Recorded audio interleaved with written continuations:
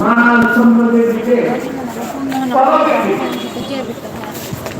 এই ফলনের পরীক্ষায় তাহারা এই কারণ দিয়েছিল।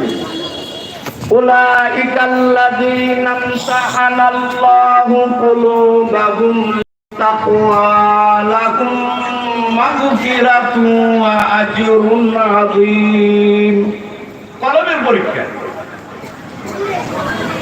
তাকওয়া থাকার জায়গা হইল কলম। সব ইবাদতের মূল হইল তাকওয়া। ওই দিকে আমি যাইব না।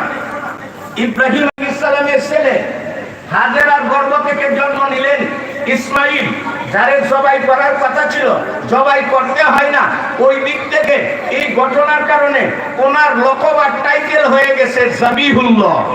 এই জাবিহুল্লাহ ইসমাইল থেকে বনি কেনানা তৈরি হইল, বনি কেনানা থেকে কুরাইশ বংশ তৈরি হইল, কুরাইশ বংশ থেকে হাশিমি গোত্র তৈরি হইল, হাশিমের পরিবারে সাইবাতুল হাম আব্দুল মুত্তালিব জন্ম নিল, আব্দুল মুত্তালিবের ঔরসে আব্দুল্লাহ জন্ম নিল, আব্দুল্লাহর ঔরসে নবী মুহাম্মদুর রাসূলুল্লাহ দুনিয়াতে জন্মগ্রহণ করলেন।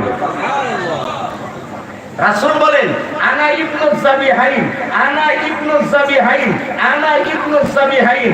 আমি দুই জবিহুল্লাহর ছেলে। একজন ইসমাইল, ওনারে কুরবানি দেওয়ার কথা ছিল, দেওয়ার দরকার পড়ে নাই, লকব হয়ে গেল জবিহুল্লাহ।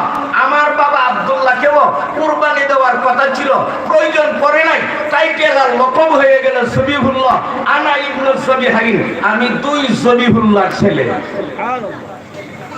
এই দেখেন ইব্রাহিম আলাইহিস সালামের বিবি হাজেরার গর্ভ থেকে যে ইসমাইল জন্ম নিল, ওনার মাধ্যমে যে বংশ চালু হইল, বংশ জারি হইল, এই বংশের মধ্যে একমাত্র আমাদের নবী পাওয়া যায়। বলেন উনি কে? মুহাম্মদুর রাসূলুল্লাহ সাল্লাল্লাহু। এখন আসেন ইব্রাহিম আলাইহিস সালাম আবুল, যিনি নবী রাসূলের পিতা,